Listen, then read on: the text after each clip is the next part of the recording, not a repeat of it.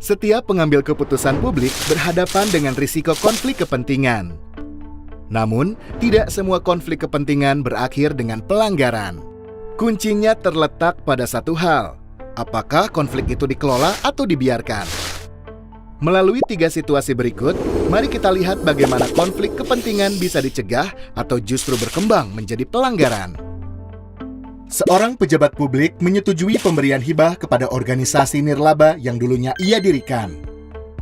Meski sudah tidak aktif di dalamnya, ia tetap mengungkap potensi konflik sebelum keputusan diambil. Apakah ada konflik kepentingan? Ada, namun diungkap secara terbuka. Apakah ada pelanggaran? Tidak ada. Karena konflik dikelola secara transparan, sehingga proses tetap dapat berjalan sesuai prosedur, dan keputusan diambil dengan adil di bawah pengawasan. Namun, kenyataannya, tidak semua konflik kepentingan ditangani dengan baik. Mari kita lihat kasus lain ketika konflik tidak diungkap dan justru memengaruhi keputusan. Seorang kepala bidang pendidikan di daerah menunjuk sekolah tempat anaknya mengajar sebagai penerima bantuan prioritas. Ia tidak menyampaikan adanya hubungan keluarga dan tidak menilai sekolah lain secara objektif. Apakah ada konflik kepentingan? Ada. Kedekatan pribadi dalam bentuk hubungan keluarga memengaruhi keputusan jabatan. Apakah ada pelanggaran? Ya. Konflik kepentingan tidak diungkap dan keputusan diambil tanpa pertimbangan yang objektif. Hasilnya, terjadi pelanggaran etik dan administratif, serta prinsip keadilan dan profesionalisme pun dilanggar.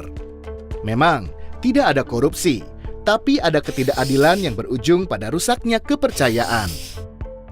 Di kasus sebelumnya, pelanggaran terjadi pada aspek etik dan administratif. Namun, jika konflik terus dibiarkan, risikonya bisa berkembang menjadi pelanggaran hukum.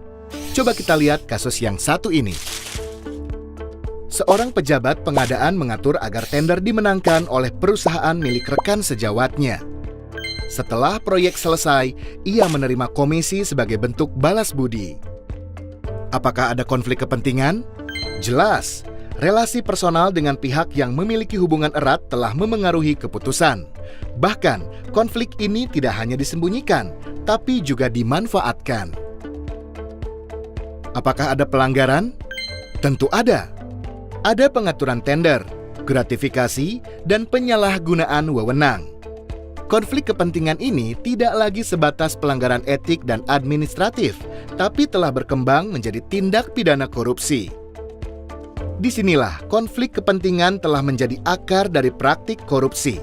Akibatnya, negara pun dirugikan.